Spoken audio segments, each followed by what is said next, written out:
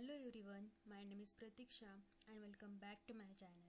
So this is our day 9 of the Linux Free Bootcamp, and today we are going to dive into the process management in the Linux. So this is very important topic as point of the interview.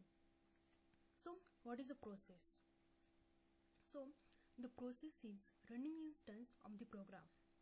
For example, whenever you run a program such as opening web browser or executing command in the terminal, so the Linux kernel creates the process to manage this execution of that program, and each process is assigned with unique identifier.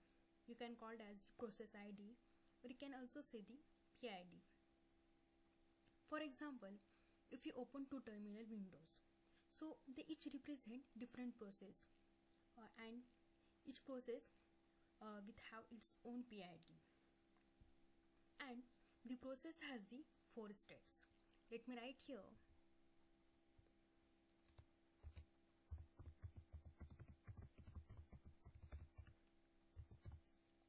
The process states are the running, second sleeping,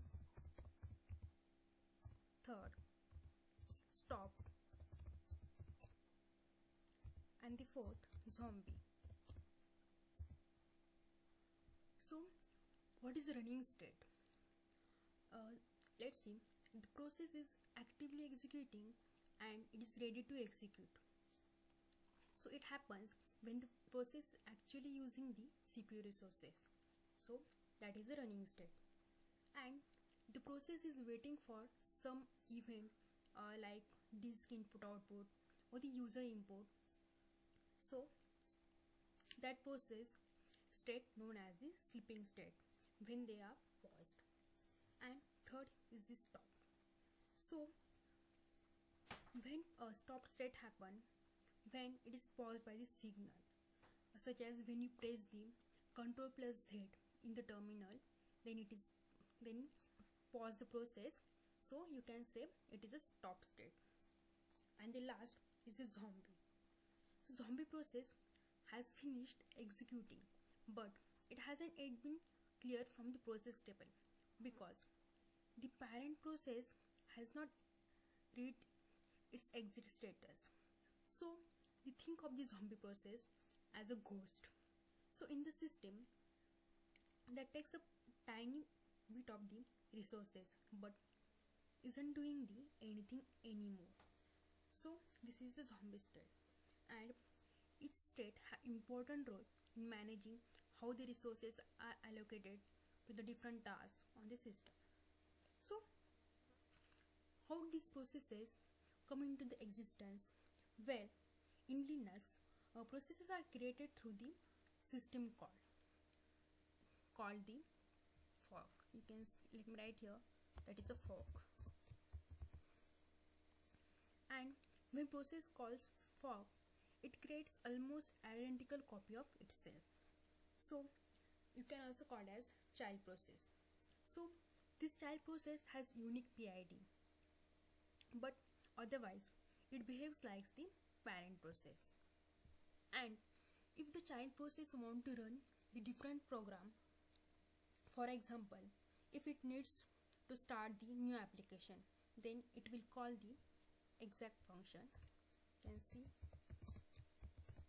here. So the exec system call replace the child process's memory with the new program.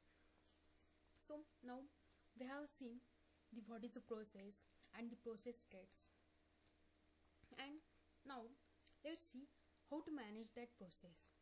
So managing process is essential for the keeping your system running smoothly.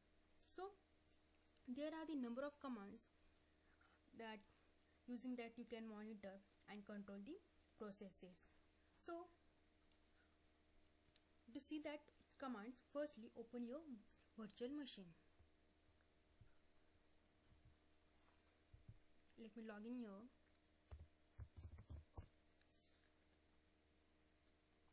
So today we will see some commands to manage the process. Okay, so firstly we will see the ps command. You can see and enter. So the ps command shows the information that currently running processes on your system. So these are the currently running processes. And there is another command, that is ps aux. You can see.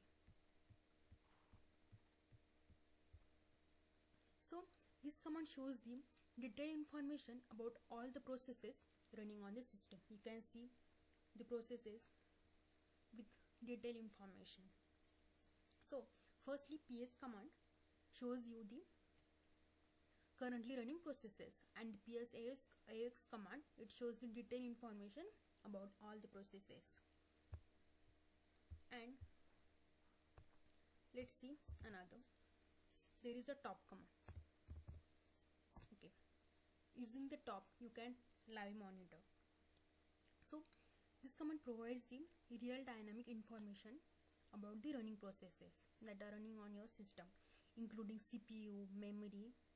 So it updates every few seconds. So it's making useful for the live monitoring. You can see it's changing in every second. And in the interview they have asked the question how we can see the process states. So using the top command you can see the process states. How? You can see here.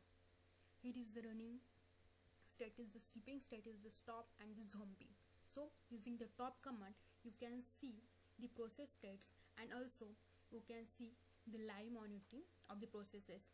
And if the CPU utilization is more, if the load is under load or overload, you can see here the load average also.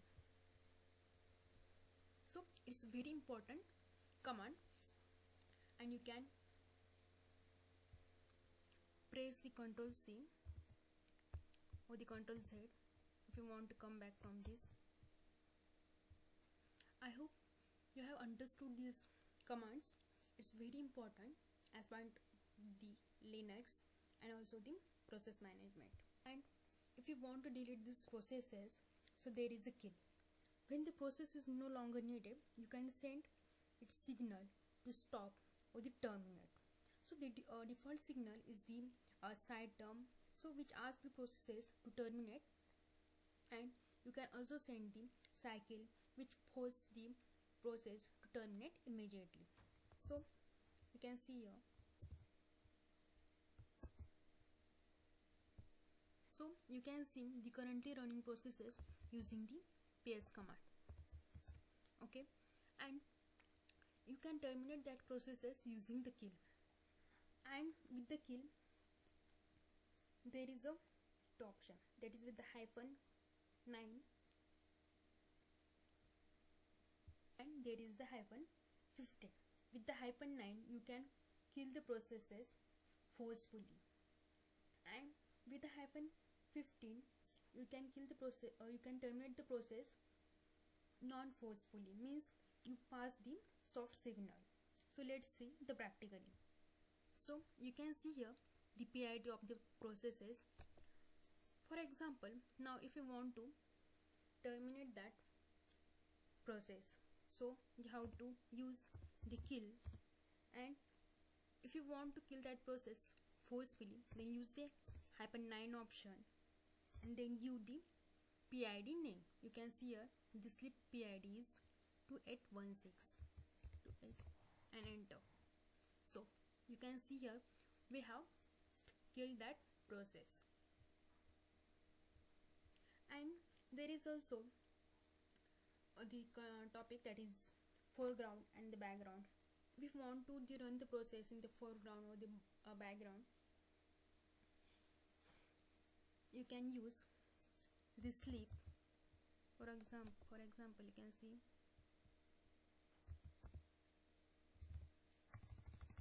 firstly, let's see which process you want to run in the background. For that you have to use the sleep, and you can see 2839 in the PS, and you have to use the ampersand. So using that you can run that process in the background. Okay, and if you want to run that process in the foreground, so now this process in the background, but now you want that process in the foreground. So for that you have to use the fg command. So using the fg command you can run the process in the foreground. So for that fg you need the jobs. So there is also the job command. Using the jobs you can see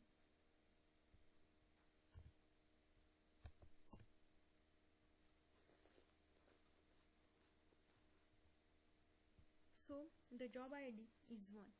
Now you have to use, let me clear, fg and that percent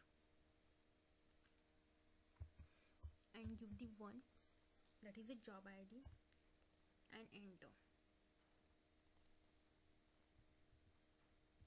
So using the fg command you can run the process in the foreground. For that you just need the job id. I hope you have cleared this. And in the process management there is a nice and very nice. Using that you can set the priority, and also they have the signals. So Linux process can communicate with each other through the signal. So what is a signal?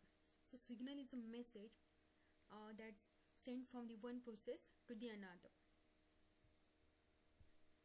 There are many signals, like there is a end, side term, cycle. So I have made documentation for your reference. You can see here. Here is process management in Linux. That's what is a process states. Okay, let's see the signal. There is a sine, side term, and cycle. So what is a sine? So it is a signal that interrupts the process. It is usually triggered by the pressing the Ctrl plus C in the terminal. So next there is a side term.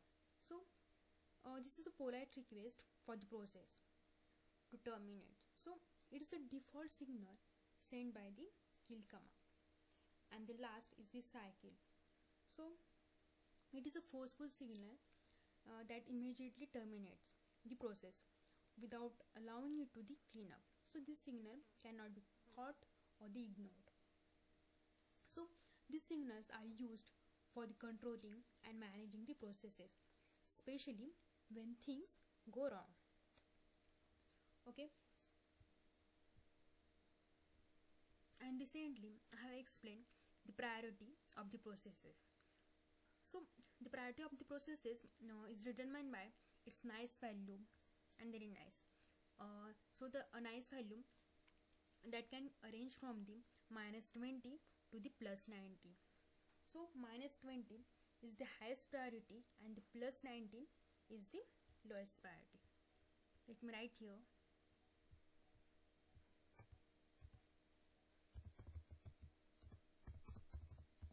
For the nice value, for the -20, that is highest priority, and the +19, that is lowest priority.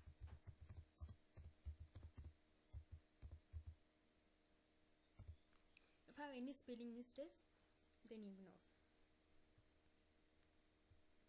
So this is critical for ensuring that important processes like the system services, so they need without being interrupted by the less important task.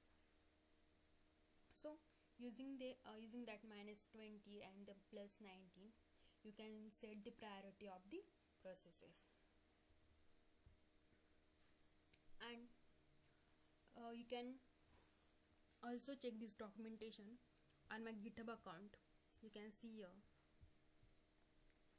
and you can see the GitHub link in the description and go through it. And I hope you are aware about it. That is, I have created the Linux Free Bootcamp repository for this playlist, and in this playlist you can see all the documentation for the day 1 to the day 9. So this is day 9, and in the day 9 you can see the documentation for the process management, and you can go through it and you can learn the commands. And if you want to view any interview, so this is very important, and you can directly go through this documentation. And if you like my GitHub repository, you can fork and start my repository, and for the future updates you can also follow my GitHub account. So today we have seen the ps command, psaux command, also the fg command, that is the foreground, and the jobs. So these commands are very important. An interview, they have question: if the CPU utilization more, then how we can see? So using the top command you can see the load average, if the load average is underload or the overload. So there are many questions that you can face on this topic, that is process management. So by understanding this, how the processes are created and monitored, so you will be able to effectively manage your Linux environment. So whether you are running simple command or the complex server, so understanding these concepts allow you to troubleshoot and optimize your system. So for your homework, I recommend you practice using these commands that we have discussed today. So you can also see here. And must hands-on experience on these commands. And if you have any question, feel free to ask and drop me the comment. Then I will be happy to clarify any doubts that you may have. And if you like this session, please subscribe my channel. So I hope you have understood this topic. So have a great day.